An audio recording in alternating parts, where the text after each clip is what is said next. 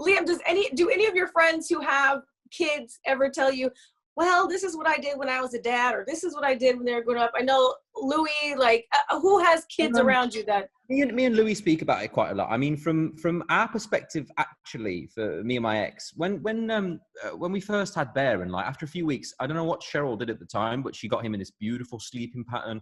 He was sleeping, and I was like, I don't know what the fuss is all about. Like, what are you guys talking about? And people used to come to our house, and they'd be like, how on earth have you done that? Like, how have you made it work? Because people were like, he's just so.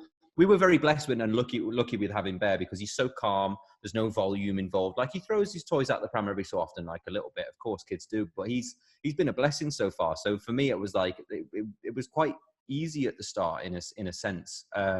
Louis just phones me up every so often. It's comforting hearing from another dad who's obviously outside the situation and has to visit and go in and out of it, and hearing the dynamic of the things going on with them and what happens in that way. And his son's a tiny little bit older than mine, so I kind of get a lot of the different lessons and different things off him in a lot of ways. Yeah. Do your kids actually listen to any of your old music that you had with the group?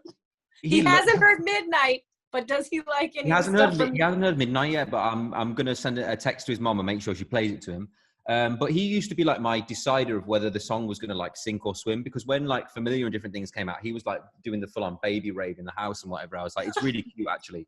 And he would like, when I went over one time about a couple of months ago now, and I was babysitting because she'd gone out somewhere to somebody's party, and he was like, well, put music on. And I was like, okay, we'll put some music on. So I went over and started turning the music on. I put like a song on, and it was one I thought was one of his favorites. He was like, oh no, this is not Daddy's music. And I was like, what do you mean?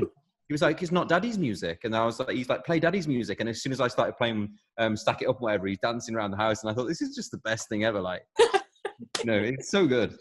I actually haven't got a chance to see him in a while, so FaceTime's been a big one, which is a lot. You know, missing out on these moments is never nice, and especially when you're in the country. I mean, I'm used to missing him in some senses because I have to work on the road quite a lot. But this one feels a little bit strange, and it's the longest time that I haven't seen him. And you know, he's just turned 3. It was his birthday recently, and yeah, I feel like we missed out on the Terrible 2 scenario where they have Terrible 2s and they all start going crazy, whereas now like 3s have come in and then everything's like, I came on FaceTime the other day and it was so funny. He just turned around and was like, no, I don't want to talk to Daddy right now. And I was like, oh, okay, I've never heard that before.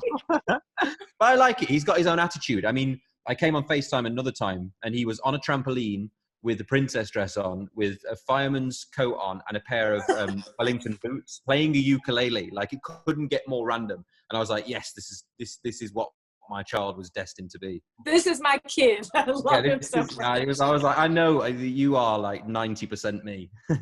His favorite song at the moment, which it has been for a while, is Sunflower, Post Malone, which he sings quite a lot of. Thank you.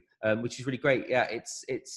I don't know if I'd ever get him involved in doing this bit, because no, it'd be quite cute actually. It'd be cute. It'd be funny to watch, because he has this like weird little mumble things where, you know, like he says things that he thinks they sound like.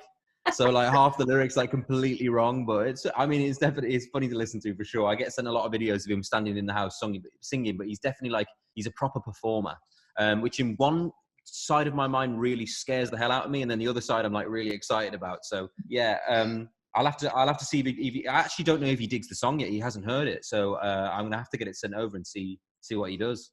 And he's got the perfect name. He's ready to be an artist. Just saying. Legit. That wasn't meant that way, by the way. I mean, for me, and my ex-partner Cheryl. I mean, for both of us, you know, we think there's beauties to this side of being you know, famous and being in this position and doing something that you love, but there's also a lot of different sides to it as well. So I think you worry for that in your child as well, now that you're very close to something and you've experienced it in the ways it affected you.